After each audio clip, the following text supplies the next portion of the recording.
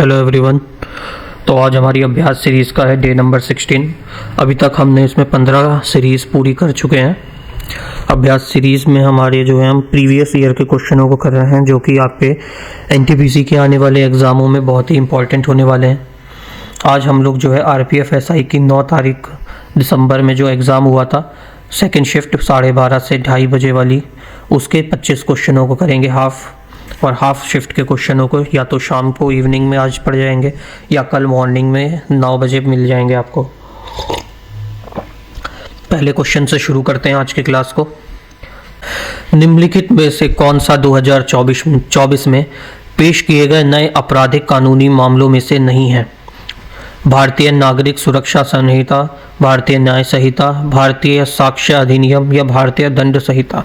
इसमें से कौन सा नहीं है? तो इसका सही आंसर हो जाएगा भारतीय दंड संहिता, जो है 2024 में पेश किए गए आपराधिक कानूनों में से नहीं है। भारतीय न्याय संहिता जो है आईपीसी, इसके जो है 3 पार्ट्स हैं। ये जो इंडियन पेनल कोड होता है, इसके जो है 3 पार्ट होते हैं, 3 टाइप्स होते हैं। इसमें सबसे पहले आ जाता है हमारा भारतीय नागरिक सुरक्षा संहिता, जो कि 2023 की है, 23 में हुई है। दूसरा आ जाता है भारतीय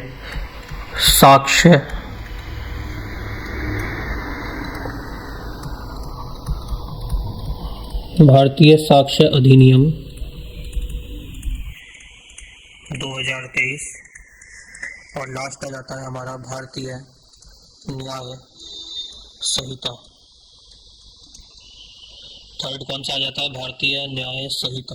पेन ने ऐसी की तैसी मरा रखी है अपनी। और तीसरी आ जाती है हमारी भारतीय न्याय संहिता 2023। क्वेश्चन आता है 2011 की जनगणना के अनुसार भारत में निम्नलिखित में से किस केंद्र शासित प्रदेश की जनसंख्या की दशकीय वृद्धि दर सबसे कम है? मतलब कि 10 सालों में जो जनगणना होती है, लास्ट 2001 से 2011 में जो जनगणना हुई है, उसमें से कौन से जो है यूनियन टेरिटरीज में जनसंख्या में, पॉपुलेशन में जो है हमारी सबसे ज़्यादा परसेंटेज बढ़ी हुई है, वृद्धि दर सबसे ज़्यादा बढ़ी हुई है? कहाँ की? चंडीगढ़, लक्षद्वीप, दादर नागर हवेली या पुडुचेरी? कहाँ पे बढ़ी आई है? ये सबसे ज़्यादा बढ़ी है दादर नागर हवेली में। और इसकी जो 2001 में पॉपुलेशन थी और उससे 2011 की पॉपुलेशन में जो टोटल उछाल आया है, वो 55.88% का उछाल आया है। Who became the first Indian woman to win 2 gold medal at the Paralympic Games after winning a gold medal at Paris Olympic 2024? कौन है पैरा ओलंपिक की खिलाड़ी जिसने जो है 2 गोल्ड मेडल जीते हैं अभी तक पैरा ओलंपिक में? एक लास्ट ओलंपिक में और इस बार भी 2024 के पैरा ओलंपिक में 2 गोल्ड मेडल जीतने वाली कौन सी पहली खिलाड़ी है? वो है हमारी अवनी लेखड़ा, जिन्होंने 2 गोल्ड मेडल जीते हैं। 2 गोल्ड है इनके पास, और ये पैरा ओलंपिक की शूटर है। ये पैरा ओलंपिक की शूटर है। ये 10 मीटर एयर, नीचे भाग गया, ये 10 मीटर एयर राइफल, वो भी standing 10 metre air rifle standing की प्लेयर है। इन्होंने 2020 में गोल्ड मिला था और 2024 में फिर से गोल्ड जीता है। 2 गोल्ड हो गए इनके पास। अगला क्वेश्चन है which of the following year was the Satyashodhak Samaj founded? Satyashodhak Samaj की कब स्थापना हुई थी? इसको जो फाउंड किया था वो किया था ज्योतिराव फूले ने। किसने किया था? ज्योतिराव फूले जी ने इसको जो है फाउंड किया था, इस्टेब्लिश किया था इस समाज को, सत्यशोधक समाज को। कब किया था? ये किया था 1873 में, 24 सितंबर को। कब? 24 सितंबर 1873 को। किस लिए बनाया गया था? उस समय में जो है कास्ट सिस्टम और छुआछूत को बंद करने के लिए, अनटचेबिलिटी को एबॉलिश करने के लिए जो है ये बनाया गया था। In June 2024, which of the following portfolio was allotted to Anita Vangalpudi in the Andhra Pradesh cabinet? जो 2024 के कैबिनेट इलेक्शन हुए थे अभी, उसमें आंध्र प्रदेश में जो सरकार बनी है उसमें जो है अनीता को कौन सी कैबिनेट जो है अप्रूव्ड हुई है? डिप्टी सीएम ऑफ आंध्र प्रदेश? नहीं। ये कौन बने डिप्टी सीएम आंध्र प्रदेश के? वो बने Pawan Kalyan. Home ministry of Andhra Pradesh? हाँ, होम मिनिस्ट्री मिली है। Minister of information technology? नहीं। Ministry of panchayat? नहीं। ये मिली है हमें होम मिनिस्टर बनी है आंध्र प्रदेश की। और वहाँ पे सीएम कौन है? वो है नायडू जी हैं। अभी इन्होंने गठबंधन की सरकार में सबसे ज़्यादा सीटें आई हैं। सबसे ज़्यादा सीटें कैसे आ जाएंगी गठबंधन की सरकार में? छोड़ो, कैट करेंगे। निम्नलिखित में से कौन सा अधिनियम भारतीय नागरिकों के अधिग्रहण का नियंत्रण करता है? कौन सा जो है भारतीय नागरिकता को जो है अधिग्रहण मतलब कि भारतीय नागरिकता जो एक्सेप्ट करने के लिए वो कौन सा अधिनियम जो है लागू होता है? वह भारतीय नागरिकता अधिनियम 1955। कौन सा है? भारतीय नागरिकता अधिनियम 1955। ये जो है संविधान, इसमें जो है पांच पॉइंट हमें दे रखे हैं, जिसके हिसाब से 5 से 6 पॉइंट है, जिसके हिसाब से हमें भारत की नागरिकता मिलती है। सबसे पहले हो जाता है कि संविधान के प्रारंभ में, जब हमारा संविधान प्रारंभ हुआ था उस समय अगर तुम भारत के नागरिक थे तो तुम्हारी भारतीय की नागरिकता रहेगी। दूसरा हो जाएगा हमारा बाय बर्थ, जब हम पैदा हुए हैं और हम भारत में पैदा हुए हैं, भारत के वासी हैं हमारे माता पिता, तो हमें भारत की नागरिकता स्वयं मिल जाएगी। तीसरा, हम बाय रजिस्ट्रेशन करके भी, पंजीकरण के द्वारा भी हम जो है भारत की नागरिकता को ले सकते हैं, लेकिन उसके लिए भी कंडीशन अप्लाई हैं। उसके बाद आता है हमारा बाय डिसेंट, मतलब वंश के साथ, तुम किसी वंश के हो, उस वंश के साथ भी तुमको भारत की नागरिकता मिल सकती है। बाय नेचुरलाइजेशन से भी जो है तुम्हें नागरिकता मिल जाती है। और साथ छठा हो जाता है हमारा, छठा पॉइंट हो जाता है, जब भारत किसी देश में या फिर कोई एरिया को कब्जे में करता है तो वहाँ के जितने लोग होते हैं वो सब भी भारत का हिस्सा हो जाते हैं और भारतीय हो जाते हैं, और उनको भी भारत की तब नागरिकता मिल जाती है। इन 6 तरीकों से जो है भारत की नागरिकता को अधिग्रहण करा जा सकता है। कौन से रूल उसके अंदर आते हैं अधिनियम के? ये आते हैं भारतीय नागरिकता अधिनियम, इंडियन सिटीजनशिप एक्ट 1955 के अंदर। निम्नलिखित में से किस प्रकार के वनों में मुख्य रूप से लंबी जड़ों और रसीले तनों वाले पेड़ बिखरे हुए हैं? कहाँ पे जो है लंबी जड़ें, मतलब जहाँ पानी कम होगा वहाँ पे जड़ें जो है लंबी होंगी, क्योंकि वो नीचे तक फैलती जाएंगी अपने पानी के सोर्स को इकट्ठा करने के लिए, पानी के सोर्स को जो है पूरा करने के लिए, पानी की कमी को, तो उसकी जड़ें लंबी हो जाएंगी। और जो रस्सी जैसे तने हो जाएंगे पेड़ के, वो कहाँ पे होते हैं? वो होते हैं उत्कृष्टीय बंदी कांटेदार वन और झाड़ियाँ। कौन से होते हैं? उष्णकटिबंधीय कांटेदार वन या झाड़ियाँ। ये कौन से होते हैं कांटेदार वाले? जैसे हो गया हमारा कैक्टस का पेड़ होता है, बबूल का पेड़ होता है, बबूल कैक्टस हो गया, बबूल हो गया, या ताड़ का पेड़ किसी ने देखा होगा तो ताड़ के पेड़ जैसा होता है ये जो है कांटेदार होते हैं, कांटेदार प्रकार की इनकी जो है संरचना होती है।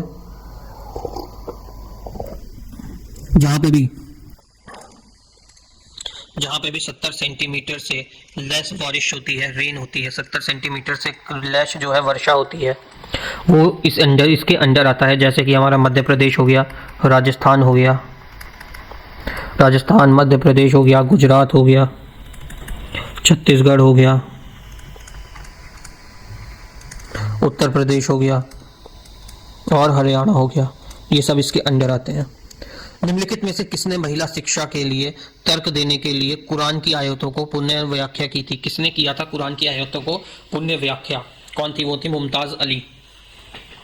किसने किया था? मुमताज अली ने। नेक्स्ट क्वेश्चन आता है हमारा 1950 में संविधान लागू होने के बाद भारत के सर्वोच्च न्यायालय के न्यायाधीशों की संख्या कितनी थी?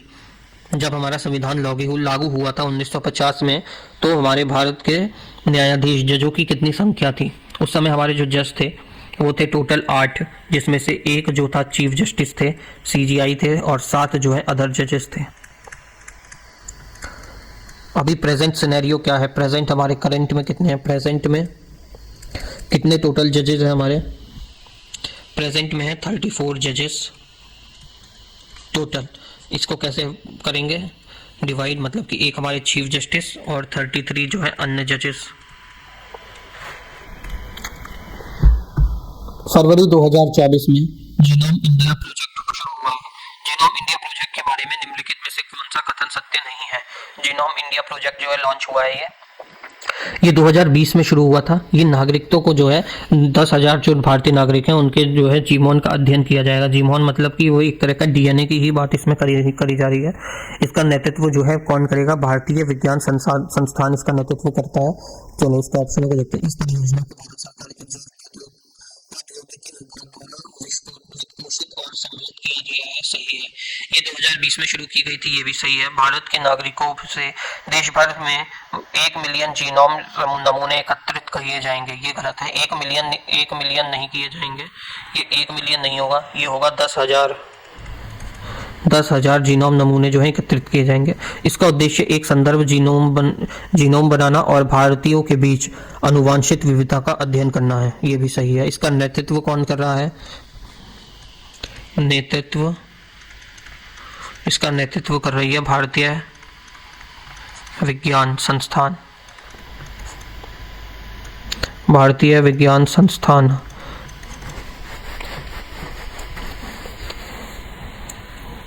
कहाँ पे है? ये बेंगलुरु स्थित है।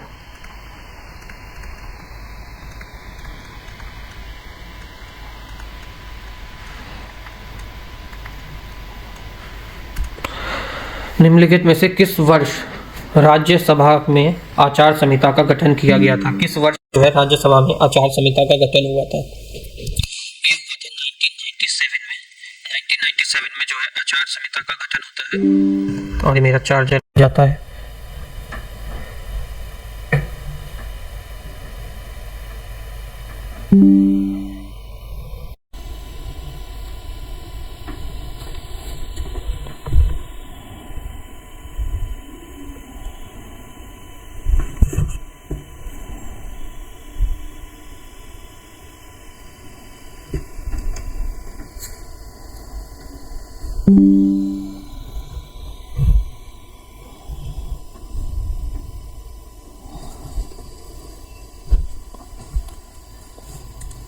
नाइनटीन 97 में जो है आचार संहिता का जो है गठन होता है।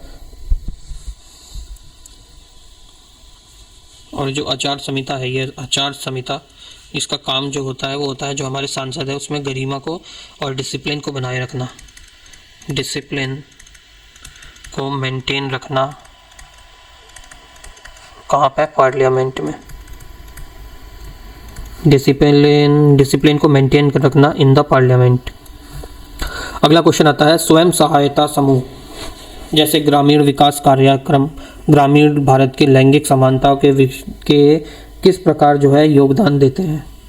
By providing women with employment opportunity, by improving agriculture productivity, by enhancing women access to finance, leadership role and decision making, और primarily through education programs। किससे देते हैं ये देते हैं। इसका जो मुख्य उद्देश्य होता है वो होता है इन्हेंस करना फीमेल के फाइनेंशियल लीडरशिप को, रोल्स को और डिसीजन मेकिंग को।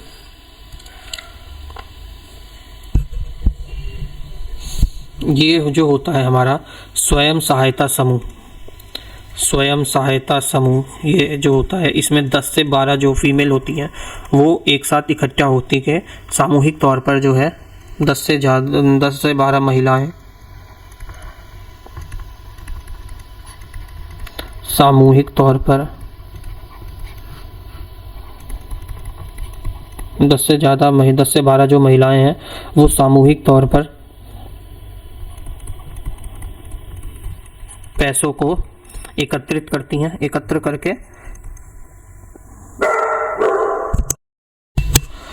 करके जो है छोटे व्यवसाय, पैसे को एकत्र करके जो है छोटे व्यवसाय को शुरू करने में मदद करती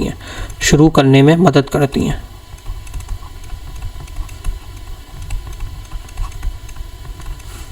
ये जो है इसका मेन फोकस होता है, काम होता है उसका। खाद्य पदार्थों में नाइट्रोजन और प्रोटीन की मात्रा निर्धारित करने के लिए आजकल निम्नलिखित में से कौन सी विधि जो है सबसे ज़्यादा उपयोगी हो रही है? खाद्य पदार्थों में नाइट्रोजन और प्रोटीन की मात्रा को जानने के लिए कौन सा तरीका जो है, टेक्निक जो है आजकल जो पॉपुलर हुई है वो है हमारी कैज़ेडॉल विधि। इसमें जो है इसे जो है फर्स्ट टाइम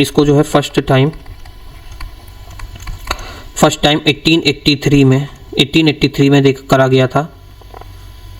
और इसको जो डेवलप किया है जोहन कैज़ेल्डाहल ने, और जोहन कैज़ेल्डाहल के नाम पे ही जो है इसका नाम कैज़ेल्डाहल विधि पड़ गया।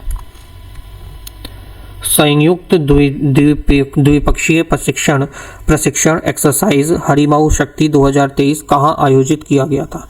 ये जो संयुक्त द्विपक्षीय प्रशिक्षण एक्सरसाइज है, ये कहाँ पर आयोजित करी गई थी? ये करी गई थी उमरई छावनी, भारत में। कहाँ पे? उमरई छावनी, भारत में। ये किस किस के बीच की है? ये इंडिया और मलेशिया के बीच की है। किसके बीच की है? इंडिया और मलेशिया के बीच की है। इंडिया की तरफ से कौन था? राजपूत रेजिमेंट थी इंडिया की तरफ से, और मलेशिया की तरफ से थी फिफ्थ रॉयल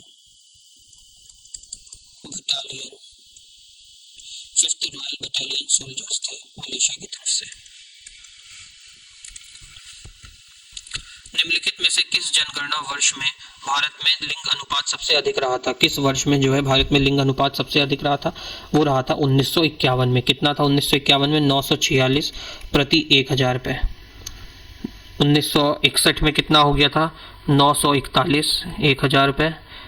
1961 के बाद 1971 में कितना हो गया था? 930 1000 पे। 1981 में कितना हो गया था? 933 1000 पे। 1991 में कितना हो गया था? 927 प्रति 1000 पे। और 2001 में कितना था? 933। और 2011 में कितना हो गया? 943 1000 पे। कितना हो गया? 943 1000 पे। सूरीवंश के शेरशाह सूरी का असली नाम क्या था? शेरशाह सूरी का रियल नेम था फरीद खान। ये तो सबको पता ही होगा।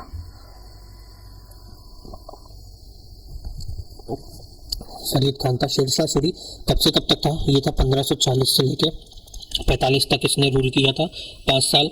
इसका जो शासन शुरू हुआ था वो हुआ था, पहला युद्ध होता है जो कि तराई का युद्ध होता है, उसके बाद ये उसमें जो है हुमायूं को हरा देता है। उसके बाद इसका जो शासन आता है, फिर लास्ट में जो है हुमायूं हरा के 1 साल इसमें रूल करता है, फिर उसकी बाद में मृत्यु हो जाती है। तो इसने किसने किया था? फरीद खान ने। फरीद खान इसका जो है रियल नेम था। और इसने जो है बाबर खानी, ये जो बाबर खान था, बाबर खान लोहानी, इसके यहाँ किस सर्विस पर अपॉइंट हुआ था? As a post of governor की पोस्ट पे, गवर्नर की पोस्ट पे जो है उसने अपॉइंट किया था इसको अपने यहाँ। और इसका दूसरा नाम क्या था? इसका अब दूसरा नाम नहीं, जो शेरशाह सूरी था, ये हज़रत ए आला के नाम से जो है उपाधि लेके, हज़रत आला की उपाधि लेके जो है सिंहासन पर बैठा था। हज़रत आला की उपाधि से सिंहासन पर बैठा था। और इसने जो है विधवा से एक विधवा विवाह किया था। विधवा से इसने जो है विवाह किया था। इसने जीटी रोड का निर्माण किया था, जीटी रोड। और साथ साथ एक पुराना किला, क्या नाम है उस किले का नाम? पुराना किला। जीटी रोड और पुराना किला इसका जो है निर्माण करवाया था इसने। और इसका मकबरा कहाँ पे है? मकबरा इसका कहाँ पे है? बिहार के सासाराम में। बिहार के सासाराम में जो है इसका मकबरा है। और इसने युद्ध कौन सा कर लड़ा था? युद्ध चौसा का युद्ध हुआ था इसका। चौसा का युद्ध हुआ था कब? 1539 में चौसा का युद्ध होता है हुमायूं के खिलाफ। हुमायूं के खिलाफ इसने जो है चौसा का युद्ध हुआ था। और इसमें ये हुमायूं जो है हार गया था। अगला क्वेश्चन आता है, संविधान मुख्य चुनाव आयुक्त और चुनाव आयुक्ता के कार्यकाल की जो सुरक्षा सुनिश्चित करी गई है चुनाव मुक्त आयुक्त की, वो कितने वर्ष की करी गई है? या तो वो 6 साल होना चाहिए, या वो 65 वर्ष की आयु पूर्ण करी हुई होनी चाहिए। जो हमारा इलेक्शन कमीशन के है, ये हमारे आर्टिकल 324 से लेकर 329 तक आता है हमारा। कितनी बार ये क्वेश्चन आ चुका है, हर शिफ्ट में आ रहा है लगातार। इसको कब किया गया था इस्टेब्लिश? ये किया गया था हमारी 25 जनवरी 1950 को इसको इस्टेब्लिश किया गया था। हमारे करंट में जो हमारे इलेक्शन कमिश्नर हैं वो कौन है? राजीव कुमार जी हैं।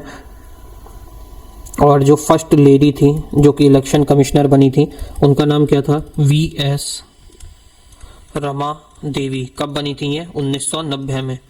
और इनका अपॉइंटमेंट कौन करता है? इन लोगों का अपॉइंटमेंट करते हैं इनके प्रेसिडेंट नहीं, हमारे प्रेसिडेंट, भारत के प्रेसिडेंट इनका जो है अपॉइंटमेंट करते हैं। स्वतंत्रता के बाद भारत में निम्नलिखित में से किस मुद्दे का सामना करना पड़ा था? स्वतंत्रता के बाद जो भारत में किस मुद्दों का सामना करना पड़ा होगा? साक्षरता, गरीबी, वैश्वीकरण या कृषि उत्पादनता? तो ये थी हमारी गरीबी। अंग्रेज तो सब लूट लाट के सब ले गए थे साले चट्टे, तो बचा क्या था भारत में? गरीबी। हमारे पास वर्ल्ड बैंक का भी बहुत कर्ज हो गया था बाद में। अगला क्वेश्चन, निम्नलिखित में से कौन सा बंदरगाह अपने स्थान से सही ढंग से जुड़ा नहीं है? कौन सा बंदरगाह जो है इसमें से सही नहीं है, मतलब कि करेक्ट वाला बताना है। तूतीकोरिन बंदरगाह तमिलनाडु, कोची बंदरगाह केरल, विशाखापट्टनम तेलंगाना, मुर्मुगाओ बंदरगाह गोवा। तो विशाखापट्टनम वाला गलत है। विशाखापट्टनम वाला जो है ये कहाँ पे पड़ता है? ये आंध्र प्रदेश में पड़ता है। कहाँ पड़ता है ये पड़ता है आंध्रा में।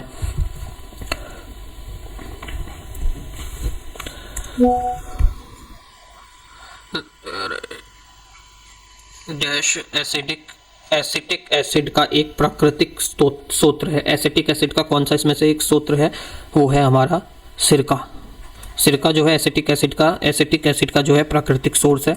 सिरका किससे बनता है? अरे सिरका कैसे बनता है? सिरका जो है acetic acid plus water, acetic acid और पानी मिला के जो है वो सिरके का निर्माण होता है। और जो एसिटिक एसिड के अलग अलग कहाँ से स्रोत हैं या फाउंड कहाँ पे होता है एसिटिक एसिड? एप्पल में होता है, ग्रेप्स में होता है, और ये ब्लैकबेरीज में होता है। 5 देशों के कावांगो जामेवेजी ट्रांसपेरेंट्री संरक्षण क्षेत्र के सदस्य द्वारा काजा 2024 राष्ट्रीय अध्यक्ष उद्घाटन शिखर सम्मेलन किस महीने जो है लिविंगस्टोन जामीबिया में आयोजित किया गया है? ये कौन से वर्ष में किया गया है? ये किया गया है 31 मई 2024 को। 31 मई 2024 को काजा समिट हुई है 2024 की 31 मई 2024 को। इसमें काजा की फुल फॉर्म क्या होती है? ये होती है कावेंगो जम्बेजी ट्रांसफ्रंटियर कंजर्वेशन एरिया। भारतीय संविधान के भाग 4 मौलिक अधिकार, मौलिक कर्तव्य जो हमारे हैं, फंडामेंटल ड्यूटीज जो हैं, इसमें से कौन सी नहीं है? भारत के सभी लोगों के बीच भाईचारे की भावना होनी चाहिए, राष्ट्रीय ध्वज का सम्मान होना चाहिए, अपने माता पिता और शिक्षकों का सम्मान, और हमारे संग्राम संस्कृति की समृद्ध विरासत की संरक्षित करना। तो इसका सही आंसर हो जाएगा भारत के अपने माता पिता और शिक्षकों का सम्मान करना जो है हमारे फंडामेंटल ड्यूटीज के अंदर नहीं आता। ये हमारी मॉरल ड्यूटी होती है, एथिकल ड्यूटी होती है कि अपने पेरेंट्स और अपने टीचर्स का हम रिस्पेक्ट करें। तो किसके अंदर आता है? पार्ट 4 फंडामेंटल, ये हमारी ड्यूटी है। ये कौन से उसके अंदर आती हैं? आर्टिकल के अंदर आती हैं, पार्ट 4 में आती हैं। ये तो हमने देख लिया। किसकी जो है स्वर्ण सिंह कमेटी है, जिसकी सिफारिश पर जो है इसका गठन हुआ था। स्वर्ण सिंह कमेटी की सिफारिश पर ये जो है हमारी फंडामेंटल ड्यूटीज का गठन हुआ था। और पहले जो है इसमें 10 थी हमारी फंडामेंटल ड्यूटीज। फिर जो एक एक्स्ट्रा जो है वो 86वां संविधान संशोधन 2002 में हुआ था, जिसके द्वारा एक जोड़ी गई थी, जो थी 6 से 14 वर्ष तक के जो भी बच्चे हैं उनको जो है एजुकेशन उनके माता पिता और गवर्नमेंट जो है करवाएंगे। और जो 10 है फंडामेंटल ड्यूटीज, ये किस में है? 42वें कॉन्स्टिट्यूशनल अमेंडमेंट 1976 से। Who among the following was a classical Hindustani singer? कौन सा इसमें से क्लासिकल हिंदुस्तानी सिंगर हैं? टी.के. लयंगर, एम.एस. सुब्बलक्ष्मी, वी शेषनामा या बेगम अख्तर? तो इसका सही आंसर क्या हो जाएगा? बेगम अख्तर। इनको क्या कहा जाता है? क्वीन ऑफ लाइट भी इनको कहा जाता है। कौन सी सिंगर हैं ये? बेगम अख्तर। ये है ठुमरी। इतनी गंदी हैंड राइटिंग आ रही है ना आज भाई साहब।